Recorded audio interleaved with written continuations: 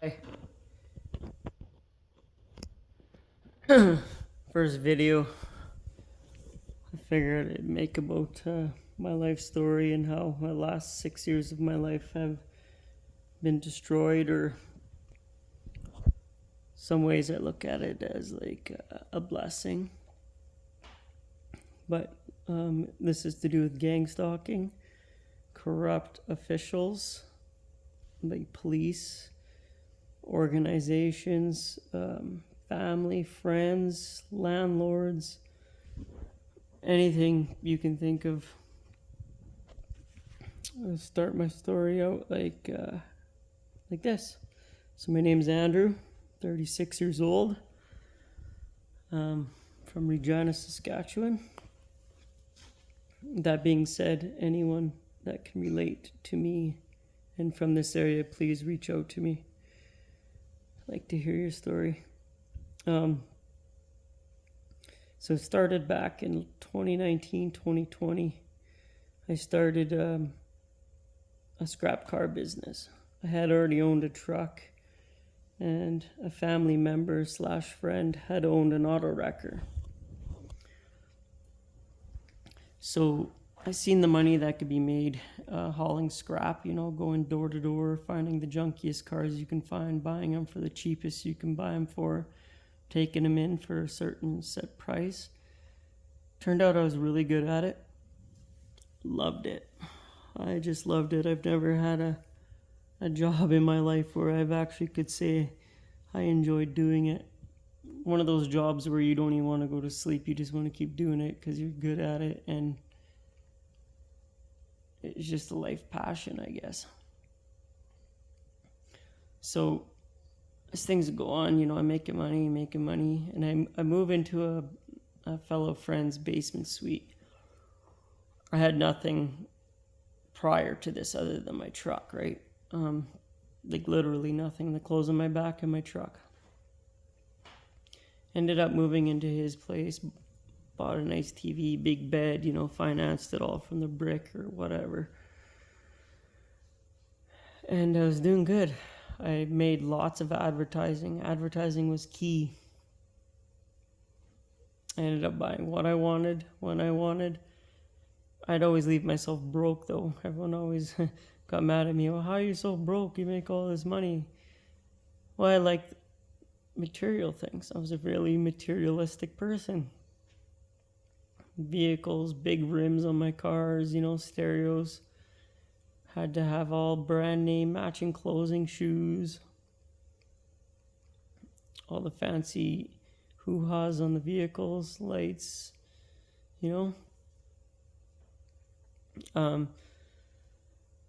So I was hauling scrap through farms, people's backyards, wherever in the city if I could, wherever. Basically wherever. I loved traveling Saskatchewan regardless. It was just one of my passions that I didn't know about. So it went off for a while, and I was doing good, but eventually I started doing really good to where I was getting farmyards, farmers calling me saying they had 30, 40 cars on one property, and I was only using a single car hauler at the time. So I would try to accomplish these 2 hours away from Regina, hauling one car at a time, eventually just breaking even, but not even caring about that, just still loving it. But then I decided to buy a bigger truck, bigger trailer, where I could haul 3 to 4 cars on the trailer, plus the diesel truck. And the money was coming in, I admit I started getting, how do you call that, arrogant, or I guess pardon me, greedy. Ended up having to hire a friend, and I'll admit my friend, he was a bit older. I'm no one to judge, but let's just say we weren't on par on the level of knowing certain things. But I'd bug him all the time. We got along still. He'd hang out with me no matter what. I wouldn't even come home at times. I would just sleep in the truck. I loved it. And like everything was legit. I wasn't out stealing cars off of farmers' properties or anything like that. Like, don't get me wrong, if I seen like an engine block laying down the field beside the car, I didn't ask the farmer if I could grab that motor and throw it on my load, which now I know that that's something you need to do. If that farmer seen you leaving his property with something he told you you couldn't have, how would you feel? I know this now. Back then, it didn't even cross my mind. So I started getting really, really, really well. And then, becoming really well at something like that, it gets you, people start to know your name, I guess. I don't know if I mentioned this has to do with gangstalking or being targeted or having everybody around you, including family, friends, the neighbors, the neighborhood, the stores you go to, everyone turn on you. But I'll get into that. So my family at the time basically owned this business. He was my brother-in-law. In a way, I dated his girlfriend's sister, and we were really close, like for years and years and years and years. Best friend. I called him my brother, I guess. He did everything for me. He was a good person. And he did what he could for me, and I have nothing bad to say about that part of it. But I'm going to put this story into several different half-hour sections, and it gets deeper and deeper and more crazy and more crazier as we go. Right now, this is just the introduction. So I was doing one car at a time, Eventually I had to move up to the dually truck with the 40-foot gooseneck trailer, because I was having 40, 50 cars plus on fields, like in farmers' fields and the reserves all around Saskatchewan. I loved it. I'd give anything to have that back. Even if I wasn't making money doing it, I still loved it. I obviously made enemies on the way, and with enemies there's rumors and chaos and false allegations, of course. But then you have your competition. Now when you think competition, you're just thinking, Joe Blow, whatever, has a truck and he's hauling too. But then you get into the competition who are somebody's. I'm not going to say names or whatever, but let's just say, for instance, the drug trade. Lots of money in that, right? But this here is legit cash money in your pocket, thousands of dollars a day. That caught the eyes of people looking for that easy money. People that you wouldn't want to mess with on the outside, or maybe you're affiliated with these people. A lot of people represent them, and they've been around forever. So I know where this all went in the end, but I won't get there until towards the end of the story. So I was still doing good, still had lots of business, lots of money coming in, people calling me to come pick up their cars. I was working day and night. I'd plug buddy's gate up with 20, 30 cars a night. That's how fast I would move. I liked working at night because there's no DOTs, no traffic, no one bugging you. And I love the night sky. Like, I've seen some crazy shit in the skies. I'm sure some of you have seen the things I've seen too, but you can't tell too many people these things. Otherwise, you're crazy, right? So life went on, kept going, doing my thing. And don't get me wrong, I wasn't a thief. I was not a car thief. I wasn't a thief to where you could trust me in your home and I would never touch a dime. That's the kind of person I am. Still am, even more to this day. My word means more than anything. My, you know, sorry, just kind of. So I ended up dealing with a lot of people that now I look at as questionable, as were these people actually here calling me to come pick up their car, or were they coerced into getting them to call me for nefarious reasons, if you catch my drift. Let's just say towards the middle of it, I was getting calls from these two guys, and they claimed to be going around the hood door to door for me, basically finding cars, buying them cheap for themselves, and then calling me, and then me giving them a set amount. Not thinking anything of it. I'd get them to write me a bill of sale. And I'm talking 50, 60 cars every 3 weeks. Like, this wasn't just a car here and there. This was lots of cars. But they do look like junk cars, right? Somebody blows their motor in their vehicle, or they don't know how to fix it, and they have, it's nothing to them. Some people, they'd hang on to that stuff forever. Some people get rid of it.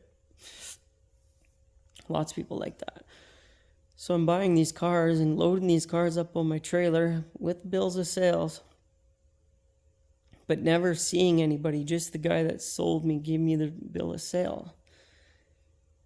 So sometimes I would start to receive phone calls from people where they're like mentioning the same car that I went and got already, but them saying it's already gone. And then I'd have that like, feeling like, should I say something or should I not say anything? So, of course, I should have said something, but I didn't. Putting all this to the side, like not even acknowledging it. I was just another car, getting more higher up in the high ranks of the people praising me kind of thing. And then these guys started calling me with cars like BMWs. Or like, for instance, this guy had a truck in his backyard with a ladder on it. You could tell he was going to work in the morning with it. And buddy's trying to sell me it. I'm like, no. This guy's got to go to work tomorrow with this truck. Like, man, you better not have been selling me stolen cars this whole time. I check out his bill of sale, and it's bullshit. There's 1, 2, 3, 4, 5, 6, 7, the VIN number doesn't even make sense. I told him, no. I blocked him off all my accounts. And he would re-add me on other accounts, and he kept trying. Realizing later who he's affiliated with, right? But I didn't put the two pieces together yet. That went away for a while, but then another gentleman came along kind of doing the same thing. I was loading up a vehicle in somebody's backyard, and I had the bill of sale, but some guy come running out of his house saying, hey, that's my car. I wasn't even worried because I had the bill of sale, saying, yo, this guy sold me this. But then they had a one-on-one talk together, and I still got the stink eye. Like, okay, I didn't know what that was about. And stuff just started getting weird that way. So I stopped dealing with those two people.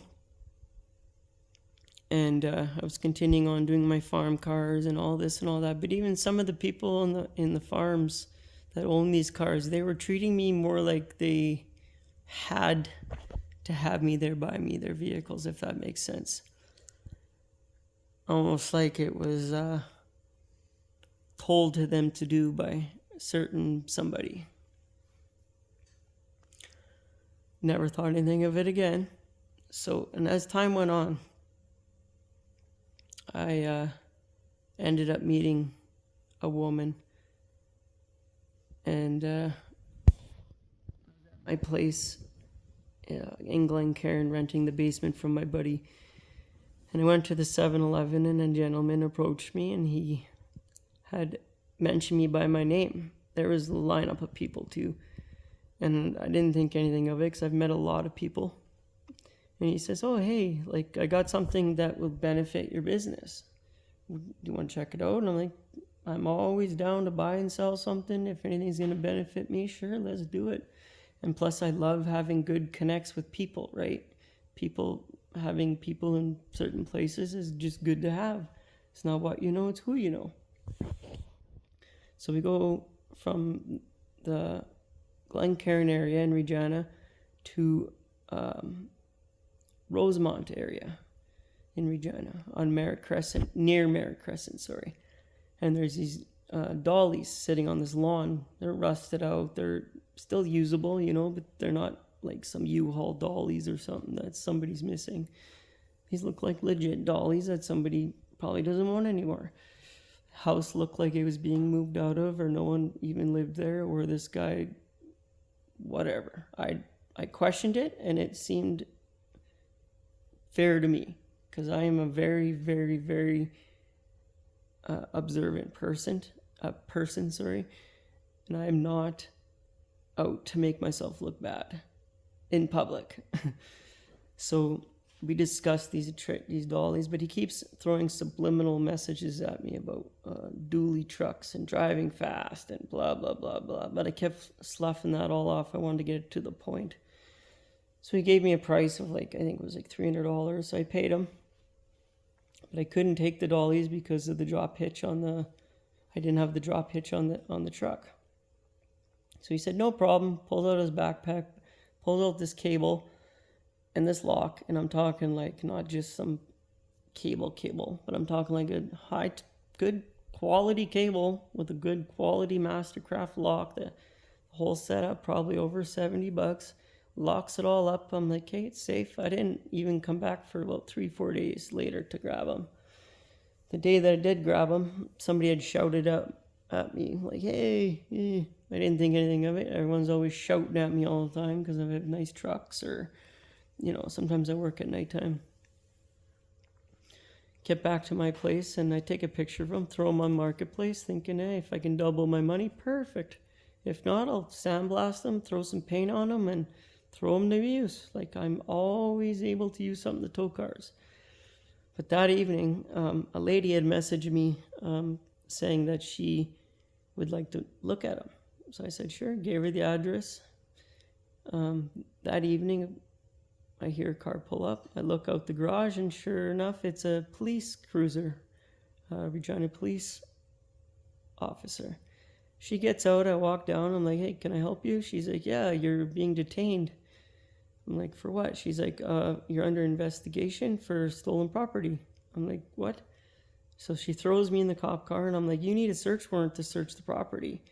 No, we don't. So they search my stuff, and I'm talking, I have my dually, I have my F-150, I have my 40-foot car trailer, my fifth wheel camper. I can't even name it all. Probably 8 to 10 vehicles, all decent vehicles. Some need work, some don't. And she's accusing me of all these vehicles being, the VIN numbers being obstructed or taken out and, put new ones on to make them registrable. And I'm thinking, no way. Whatever, go ahead, search your shit, do what you gotta do. And then her partner, I guess, ran all the stuff while she was digging around, and he finally says, oh yeah, his stories check out. And I'm like, yeah, of course they check out. Not putting 2 and 2 together about the dollies that were sold to me earlier that day. But she says to me, oh, we'll see down the road. We know these are stolen. And they're not stolen. Anyways. She takes the dollies as because they were stolen. Or in my eyes, I like to see as, cherrying. They cherry you. They set you up they bait you. Anyways, they take the dollies. And about a month later, I get a letter in the mail saying that my charges are serious and are not taken lightly, and that if I don't seize my business, stop what I'm doing, that there will be further consequences. I will show you this letter later on in the next video. I'm only keeping these at 30 minutes. This goes deep. I'm telling you, you're not going to want to miss this. And this is 100% factual facts. And I'm not going to leave names out. No last names. But the city, everything. And maybe somebody will hopefully help me. I could really use some, I don't want to say financial help, because that's what this makes it look like I'm trying to go for. But justice is more or less what I want. I've lost 6 years of my life to gaslighting, psychological warfare. I've lost all my family. I've lost everything besides my dog. I'm lucky to have that car right there, to be honest. In fact, I'm like ready just to give up on it, because I can tell people coming around here trying to get it. I don't have rights as a citizen, as a Canadian citizen. I don't have rights. I believe that I'm, what do they say, domestic terrorist. Ever since 9/11, I believe that every police department has been given a budget for terrorism. But if you know anything about anything, and I'm talking you, a conspiracy theorist, even though that's not even real, that's basically, it's real. But the terrorists are not the ones in the other countries and stuff like that. No, it's not like that. Once you open your third eye, you'll realize this. But so every police department has a budget for terrorism, and in order to keep this budget coming in every year, they have to spend a certain amount of it. And of course, they indulge in these funds, of course, right? Because if you don't get this $5 billion fundamental, that's a lot of money to go against your city that you don't get. Anyways, so they target certain people, and I believe in how you get on this list is it takes 2 or 3 people that are, let's say, police officers or someone that the community looks upon. And that's how you would get on these lists. You could be the most righteous, honest person walking these streets, and one day your life just turns upside down on you, and you don't know why. This is why I believe it's population control. It's to keep the evil staying evil. That's why they like to persecute people that are innocent, put innocent people in jail, keep the bad people out, because that's chaos, creates jobs, right? Also, if you go even deeper into it, which I'll try not to, but I believe in this 100%, but there's loosh energy, the rulers of this realm and what they actually really are and what they feed off, because I believe that money isn't the real currency. Energy is the currency. And whether that be, I don't know if you've heard about, I don't want to say, the infants and all that stuff and what's been going on there and the missing yada, yada, yada. Well, that's basically, I believe, what this is all coming down to. And the whole new world, AGENDA, with the whole,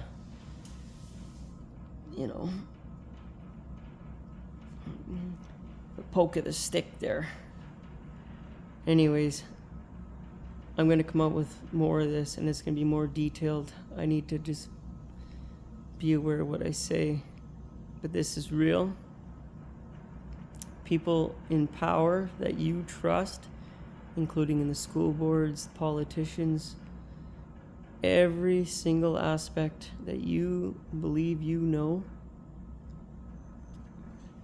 isn't what you know. We've been indoctrinated. After generation, and generation, we've all been deceived to believe what we think we believe or what we know. But for me, knowing is knowing. I want to know. I go and I know. I learn. I go down these holes because I want to learn. I don't want to believe. Believing is in Santa. Do you believe in Santa? Sure. But do you believe in the lies that we're told too? Sure. Wouldn't you rather know? Anyways, please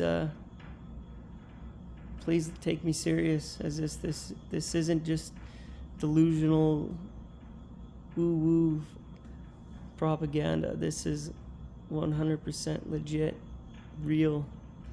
Wait till my next videos. And if anyone, believes me or has any means of able to, maybe buy me and my pup, breakfast one day, that'd be perfect. If not, I'm not in it for the money. If you could just like, share, and subscribe, get this out there, because the more people awaken to this, the more people realize the truth, the faster this world will evolve into a better place. Because believe it or not, when they say you'll go to hell if you do bad things, well, you reincarnate here. This is hell. If you don't wake up to the truth, you're just going to reincarnate back here, do it all over again. I'll show you proof of that as well. Let's continue watching my videos. And bad comments, good comments, likes, shares, whatever. I love the bad comments too. Give them to me. I want to hear your output. Trust me. Because remember, God's in here. And when you open this third eye, the spiritual world opens up to you and you get to see reality for what it really is. And it's getting, for some say better, but for some people that won't be able to see it, a lot worse. Like it says in the Bible, men's hearts will fail them. And what's done in the dark will always come to the light. Just want to say thank you to the Most High God, to my spirit guides, and everybody that has supported me, even though I can't say anybody has yet. But for anyone who supports me on here, I will definitely reach out to you and show you what I can do, and I will send you something personally that I have made from my heart to you. And I'm talking like something from reclaimed wood or something, because I don't have the means to really do anything else. Thank you. Love you all. Remember, we're all one. No matter color, religion, politics, we are all one. We are in this together.